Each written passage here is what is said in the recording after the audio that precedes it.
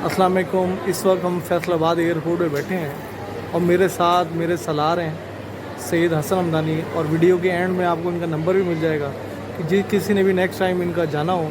ये साहिवाल, मुल्तान, फैसलाबाद, लाहौर से लेके जाते हैं काफ़िले में।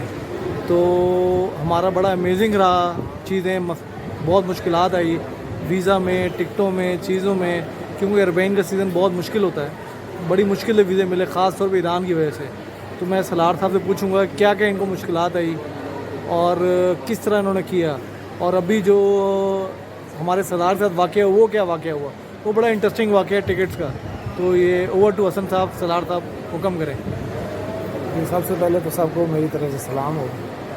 तो सबसे पहले तो हमने जैसे 19 मुहर्रम वो उनका सिस्टम होता है, ये अप्रूवल पे वीज़ा लगेगा, 12 दिन के बाद आपकी अप्रूवल आएगी और 2 दिन में स्टैंपिंग होगी, 15 दिन के बाद आपको वीज़ा मिल जाना चाहिए। और जो हमें डेट दी गई थी आपको 5 सफ़र तक वीज़ा मिल जाएगा। लेकिन वो कुछ गवर्नमेंटों के मसाइल थे, जैसे इराक़ के, पाकिस्तान के साथ कुछ लोग जाके उधर कुछ चोरियाँ डकैतियाँ शुरू कर देते हैं, पाकिस्तानी जुराइम में मुलव्वस होते हैं, इसलिए वो वीज़ा में उनको जारी करने में बड़ी मुश्किलात हो रही थी। और उन्होंने इतनी देर लगाई कि हत्ता कि 15 सफ़र हो गई, कोई वीज़ों का अता पता नहीं था।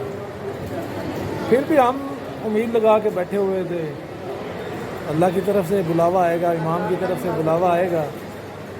तो फिर जो एक कफ़ाले का वीज़ा होता है वो यकम सफ़र से शुरू करते हैं, वो भी उन्होंने शुरू किया। वो जो कफ़ाला जो वीज़ा है वो 16 सफ़र से शुरू किया, उसमें वो हमारा वीज़ा लग गया अल्लाह के करम से। लेकिन उन्होंने फिर एक काम, जब टिकटें करवाने गए वो कहते हैं कि आप 17 सितंबर की शाम तक या 20 सफ़र की शाम तक आप वहाँ पहुँचे। हसन साहब, आप ये भी बताएं कि जो आप सही कह रहे हैं, मुश्किलात टिकटों में पाकिस्तानियों ने क्या किया कि रातों रात टिकटों के रेट कहाँ से कहाँ तक पहुँच गए। आप पहले का बताएंगे, पहले क्या रेट था जब आप वीज़ा लगा था? इसमें जब हमारा वीज़ा लगा, पहले जो रेट चल रहा था वो रिटर्न टिकट का जो रेट चल रहा था वो 118 के करीब चल रहा था। जब वीज़ा आ गया तो वही टिकट 2.5 लाख की होगी, 3 लाख की होगी, और हत्ता के आखिरी दिन एक साइड की टिकट 5,70,000 की मिल रही थी कतर एयरलाइन की। तो आपने फिर कैसे मैनेज किया, क्या किया आपने? फिर जब हमारे तो ये मूड था कि हमें 19 सफ़र को या करबला अरबईन में बाद में शामिल हो जाए। लेकिन जब टिकटें लेने गया तो उन्होंने एक नया इशू बना दिया, जब तक आप रात 20 सफ़र की रात 12 बजे तक इंटर नहीं होंगे उसके बाद आपका वीज़ा वो ख़त्म हो जाएगा, एक्सपायर हो जाएगा। बिल्कुल ऐसे ही है। लेकिन उसके बाद मौला ने एक और रास्ता दिया, इराक़ी गवर्नमेंट की हम शुक्रगुज़ार हैं कि उन्होंने 25 सितंबर तक वीज़ा ये वैलिड कर दिया।